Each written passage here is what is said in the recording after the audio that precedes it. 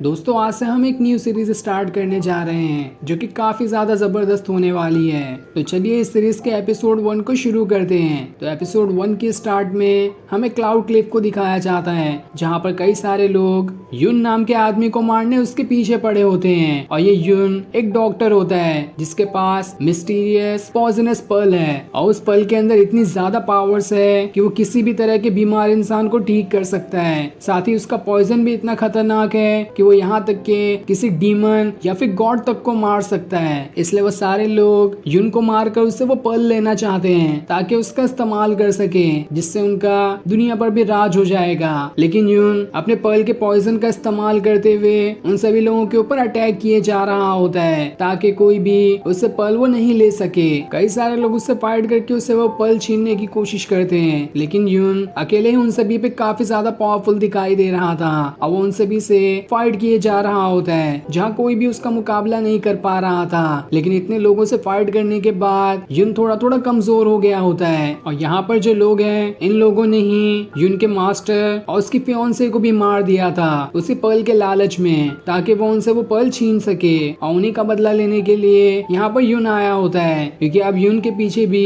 वो सभी लोग पड़ चुके हैं ताकि उससे पर्ल छीन सके। लेकिन युन ऐसा नहीं चाहता कि वो पर्ल किसी गलत इंसान के हाथ में लग जाए। वो पर्ल की पूरी पावर्स को इस्तेमाल करते हुए उन सभी को वहाँ पर खत्म करने की कोशिश किए जा रहा होता है, लेकिन उनकी तादाद तो काफी ज्यादा थी। वो कई सारे लोगों को मौत के घाट उतार देता है, लेकिन तब भी अभी काफी सारे लोग बचे हुए थे और वो सभी युन के पास आकर उसे चारों तरफ से घेर लेते हैं और उससे कहते हैं तुमने इतने लोगों को मार दिया, अब तो तुम्हें सजा मिलकर ही रहेगी, इसलिए मरने के लिए तैयार हो जाओ। लेकिन जैसे वो उसके पास जाकर उसे मारकर उसे वो पर्ल छीनते, इससे पहले ही युन वहाँ से खाई के नीचे कूद जाता है ताकि कोई भी उससे वो पर्ल ना ले सके। साथ ही उसने उस पर्ल को अपने अंदर ही खा लिया होता है, जिस वजह से अब उस पर्ल का पॉइजन पूरी तरह से युन की बॉडी में फैल गया था। तब खाई से नीचे गिरते हुए युन वहाँ से किसी अलग ही वर्ल्ड में टेलीपोर्ट हो जाता है, जिसके बाद उसकी आंख एक घर के अंदर खुलती है और यहाँ पर उसके सामने उसकी आंट खड़ी होती है जो उसे होश में लाने की कोशिश कर रही थी। और अब हमें यहाँ पर पता चलता है कि युन का दोबारा से रीइंकार्नेशन हुआ है और अब उसकी सोल इस रियल वर्ल्ड के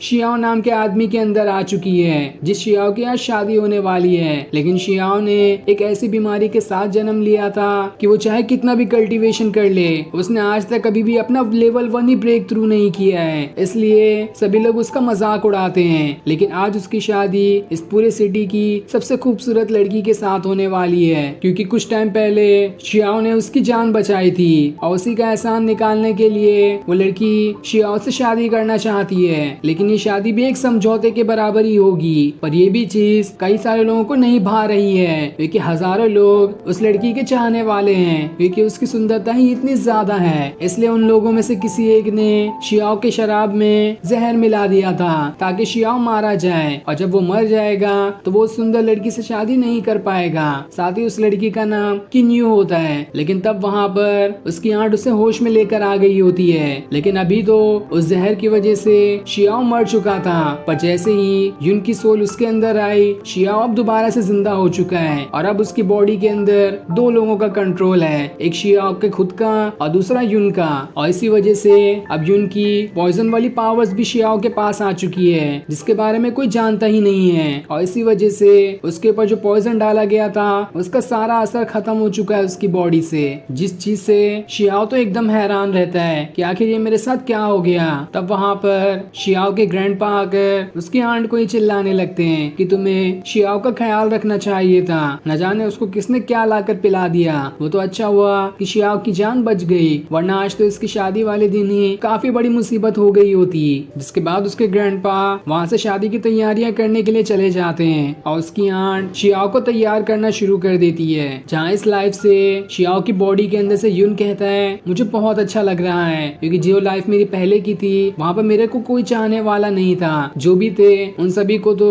उन बदमाश लोगों ने मुझसे छीन लिया था। लेकिन इस लाइफ में मैं जो भी मेरे चाहने वाले हैं उन्हें मैं अपने हाथों से नहीं जाने दूंगा। अब शियाओ अपने अंकल के पास आता है जहाँ उसके अंकल ने पूरे बारात की तैयारियां कर दी होती है। लेकिन तब शियाओ घोड़ा गाड़ी में बैठने के बजाय घोड़े पे बैठ जाता है, लेकिन ये घोड़ा काफी ज्यादा पावरफुल था जिसे संभालना जल्दी किसी के बस का नहीं होता है। इसलिए जैसे ही शियाओ उस पे बैठता है वो घोड़ा उसे वहाँ से जमीन पे पटक देता है। ये देखकर शियाओ भी हैरान था और उसके अंदर से युन कहता है मैं नहीं जानता था कि शियाओ की बॉडी तो इतनी ज्यादा कमजोर है। तब वहाँ पर शियाओ का भाई यू लॉन्ग आता है जो उसे सहारा देकर उठाता है, लेकिन जैसे ही शियाओ उसके हाथ को छूता है उसे काफी अजीब सा महसूस होने लगता है और उसे अब समझ आ जाता है कि जो शराब के अंदर पॉइजन मिला गया था उसका असर अब भी यू लॉन्ग के हाथ में ही है। इसका मतलब साफ है कि यू लॉन्ग ने मुझे शराब में जहर डालकर देने की कोशिश की थी ताकि मैं मारा जाऊं, क्योंकि यू लॉन्ग भी किन्मू को पसंद करता है और ये मुझे रास्ते से इसलिए हटाना चाहता था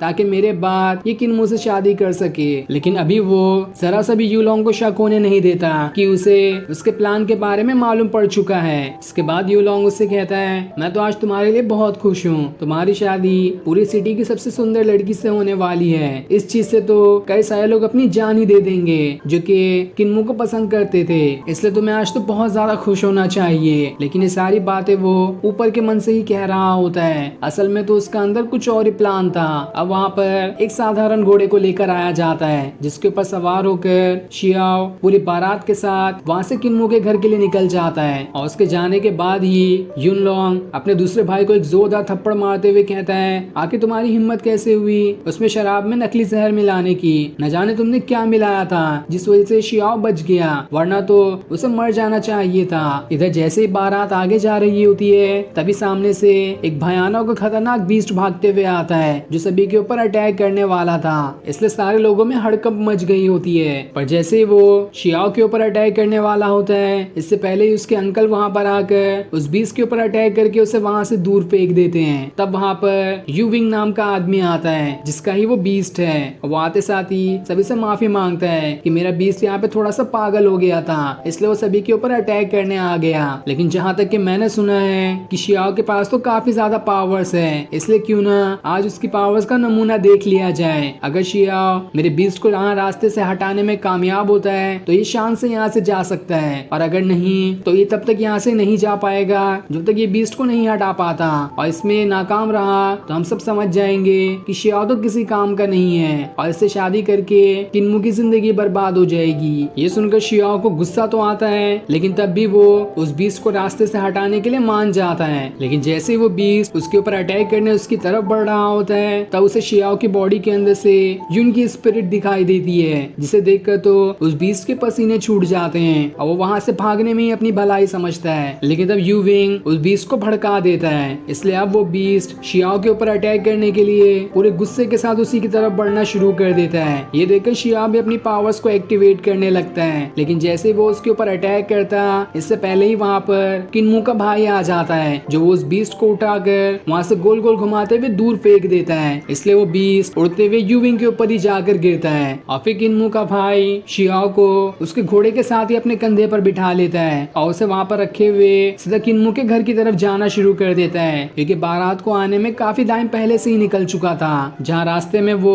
युन बाई को एक किक मार कर तो पहले से उड़ा देता है। दूसरी तरफ हम शियाओ को देखते हैं जिसे कुछ बदमाश डिसाइपल ने काफी ज्यादा शराब पिला दी होती है। अब शियाओ वहाँ से अपने कमरे में आता है जहाँ पर किन्मू पहले से ही बैठी होती है, लेकिन अभी वो उसकी शक्ल ही नहीं देख पाता क्योंकि उसके चेहरे पर कपड़ा लगा हुआ था। वो जैसे उस कपड़े को हटाने की कोशिश करता है किन्मू अपनी स्नो पावर्स का इस्तेमाल करते हुए उसके ऊपर अटैक करके उसे वहाँ से दूर फेंक देती है, लेकिन तब इससे उसका कपड़ा हट जाता है। ये देखकर अब शियाओ एकदम खुश हो जाता है क्योंकि उसे किन्मू की शक्ल दिखाई दे रही थी, और उसकी शक्ल देखकर तो शियाओ का खुद की बॉडी पे कंट्रोल ही नहीं रहता क्योंकि वो उसकी सुंदरता का दीवाना हो गया था। और उसे अब समझ आने लगता है कि आखिर क्यों किन्मू को पूरे सिटी की सबसे खूबसूरत लड़की कहा जाता है। लेकिन उसकी स्नो पावर्स को देखकर वो समझ जाता है कि ये आइस क्लाउड सेक्ट से है क्योंकि वहाँ के लोगों को ही इतनी खतरनाक पावर्स आती है। तब ये देखकर किन्नू भी हैरान रह जाती है। वो उससे कहती है मैंने जैसा तुम्हारे बारे में सुना था कि तुम बिल्कुल ही लूजर हो वैसा तो नहीं दिखाई दे रहा है, तुमने बस मेरी पावर्स को ही देखकर ये पहचान लिया कि मैं कौन से सेक्ट से हूँ। इस पर शियाओ कहता है ये तो बस शुरुआत ही है, आगे आगे देखो कि मेरे पास और कौन कौन सी खास टेक्निक्स है। लेकिन जैसे ही वो उसकी तरफ बढ़ने वाला होता है किन्यू दोबारा से अपनी पावर्स को एक्टिवेट करते हुए उसे पीछे कर देती है और उससे कहती है मैं आइस सेक्ट से हूँ और यहाँ पर किसी भी लड़की का रिलेशनशिप में आना अलाउड नहीं है, इसलिए हम दोनों कभी भी असली कपल्स नहीं बन सकते, इसलिए ये ख्याल तो अपने दिमाग से निकाल ही देना। मैंने ये शादी भी बस एहसान उतारने के लिए की है और 1 महीने के बाद मैं यहाँ से चली जाऊंगी। उसके बाद तुम्हारा हमारा रिश्ता बिल्कुल खत्म होता है। तो एक मेहरबानी करो मुझ पे कि इस 1 महीने के अंदर मुझसे थोड़ी दूरी ही बना कर रखना। वहीं यहाँ ये दोनों बात कर रहे होते हैं, उधर यून लोगों के तो पसीने छूट रहे होते हैं कि आखिर वो दोनों कमरे में क्या कर रहे होंगे। इसलिए वो गुस्से में अपना चाय पीने वाला कप भी तोड़ रहा होता है। इधर किन्यू शियाओ को बेड पे नहीं सोने के बजाय जमीन पे सोने कहती है ताकि वो दोनों अलग रह सके। तब शियाओ उससे कहता है, मैं तुम्हें क्या कहकर बुलाऊंगा, हनी कहना कैसा रहेगा। ये सुनकर किन्यू कहती है, अगर तुमने दोबारा से मुझे हनी कहा तो मैं तुम्हें उठाकर यहाँ से बाहर फेंक दूंगी। ये सुनकर शियाओ घबरा जाता है और भागते हुए दोबारा से जमीन पे सोने के लिए चले जाता है। लेकिन तब भी वो हनी उसे कह रहा होता है और उसके साथ मजाक करने की भी कोशिश कर रहा होता है। लेकिन किन्यू उससे कहती है, दोबारा से कुछ हरकत करने की कोशिश की तो मैं तुम्हें यहाँ से उठाकर बाहर फेंक दूंगी और तुम्हारी जबान भी काट दूंगी। तब ये देखकर शियाओ अपने घर से बाहर निकल कर आ जाता है ताकि थोड़ी देर खुली हवा में सांसें ले सके। लेकिन जैसे वो थोड़ी दूर आता है उसे वहाँ पर एक लड़की दिखाई देती है जो कि बेहोश थी और उस लड़की का नाम जैस्मीन होता है। साथ ही उस लड़की को काफी ज्यादा चोटें भी लगी थी। लेकिन जैसे ही शियाओ उस लड़की को छूता है उसे अजीब सा महसूस होने लगता है और उसके अंदर पॉइजन पावर्स को देखकर वो लड़की जल्दी से होश में आ जाती है और उसके हाथ को काट कर उसका ब्लड पीना शुरू कर देती है ताकि वो उसके पॉइजनस और मिस्टीरियस वर्ल्ड के अंदर जाकर पहुंच सके। जिसके बाद जैस्मीन उसके हाथ के अंदर ही चली जाती है। ये देखकर शियाओ हैरान था और जब वो अपने स्पिरिचुअल वर्ल्ड के अंदर जाता है तब उसे वहाँ पर जैस्मीन दिखाई देती है जो कि अब उसके स्पिरिचुअल वर्ल्ड के अंदर पहुंच चुकी थी। ये देखकर शियाओ हैरान रहता है कि आखिर उस पॉइजनस पर्ल ने जैस्मीन को यहाँ पर आने के लिए कैसे दे दिया। वो तो उसे यहाँ से बाहर भी निकाल सकता था, लेकिन अभी वो इसके बारे में कुछ ज्यादा सोचता नहीं। जिसके बाद वहाँ पर शियाओ की आंटी भी आ जाती है, इसलिए वो दोनों आपस में हंसी मजाक करने लगते हैं। अब अगले दिन शियाओ किन्यू के लेकर अपने ग्रैंडपा के पास आता है जहाँ वो सभी मिलकर खाना खा रहे होते हैं। तब अपने ग्रैंडपा के सामने शियाओ किन्यू के कंधे के ऊपर हाथ रख देता है ताकि उसके ग्रैंडपा को ये शक ना हो कि वो दोनों का रिश्ता बिल्कुल अलग सा है और वो दोनों एक साथ में नहीं रहते हैं। तब इस चीज को देखकर किन्यू रात को शियाओ को घर पर लेकर आती है और उसे पूरी तरह से बर्फ में जमाना शुरू कर देती है कि आखिर तुमने मेरे कंधे पर हाथ कैसे रखा था। लेकिन तब शियाओ उससे कहता है, मैं तो उल्टा तुम्हारी राज छुपाने की कोशिश कर रहा था ताकि ग्रैंडपा को ये शक ना हो जाए कि हम दोनों बिल्कुल अलग रहने वाले हैं। अगर उन्हें शक हो जाता तो उन्हें तो बहुत बुरा लगता। तब ये सुनकर किन्यू भी उसके पावर्स को रोक देती है और उसे दोबारा से नॉर्मल कर देती है। जिसके बाद शियाओ उससे कहता है, जब मैंने तुम्हारे कंधे को छुआ था तब मुझे पता चला कि तुम्हारी कल्टीवेशन पावर्स तो बढ़ रही है लेकिन उतनी ज्यादा नहीं, और जितनी तुम्हारी पावर्स बढ़ रही है उसे तुम्हें उसका खामियाजा भी उठाना पड़ रहा है। तुम रातों को अच्छे से सो नहीं पाती होगी क्योंकि तुम्हारे मेरिटियंस ठीक से अनलॉक नहीं है, उन्हें अच्छे से अनलॉक करना पड़ेगा। और जब वो एक बार अनलॉक हो जाएंगे तो तुम्हारी कल्टीवेशन पावर्स पहले से 10 गुना ज्यादा तेज बढ़ेगी। ये सुनकर किन्यू हैरान रह जाती है। वो उससे कहती है, क्या तुम इसे अनलॉक कर सकते हो। ये सुनकर शियाओ कहता है, अरे मैं तो इसी के इंतजार में था, मैं क्यों नहीं अनलॉक कर सकता, मैं तो जमाने से काफी अच्छा पॉइजनस डॉक्टर हूँ, तो मुझे इन छोटे मोटे मेरिटियंस को अनलॉक करना कैसे नहीं आएगा। जिसके बाद वो उसका हाथ पकड़ लेता है ताकि उसके अंदर सुई लगा सके, लेकिन सुई लगाने का बहाना करते हुए वो उसके हाथ को काफी अच्छे से छू रहा होता है और फिर थोड़ी देर बाद उसके अंदर वो सुई भी लगा लेता है। लेकिन जैसे ही वो सुई हटती है किन्यू को उसकी पावर्स पहले से कहीं गुना ज्यादा पावरफुल दिखाई देने लगती है और उसके हाथ में काफी हल्का भी महसूस हो रहा था। ये देखकर वो काफी ज्यादा खुश होती है कि इस शियाओ ने तो बड़ी ही आसानी के साथ मेरे मेरिटियंस को अनलॉक कर दिया और इस वजह से तो मेरी पावर्स पहले से ज्यादा बढ़ चुकी है। तब शियाओ उससे कहता है, अभी तो मैंने बस हाथ को ही अनलॉक किया है, मैं पूरी बॉडी को भी अनलॉक कर सकता हूँ, तो क्या तुम इसके लिए तैयार हो। जिस पर किन्यू कहती है, हाँ मैं इसके लिए तैयार हूँ, तुम मेरे पूरी बॉडी के मेरिटियंस को अनलॉक कर सकते हो। ये सुनकर शियाओ उससे कहता है, तो ठीक है चलो अपने कपड़े निकाल लो, मैं तुम्हारी पूरी बॉडी में सुई लगा दूंगा। ये सुनकर किन्यू को बहुत ज्यादा गुस्सा आ जाता है और वो उस पर अटैक करने के लिए अपनी पावर्स को एक्टिवेट करना शुरू कर देती है और फिर ये सीन दिखाते ही ये एपिसोड यहीं पर एंड हो जाता है। Thanks for watching.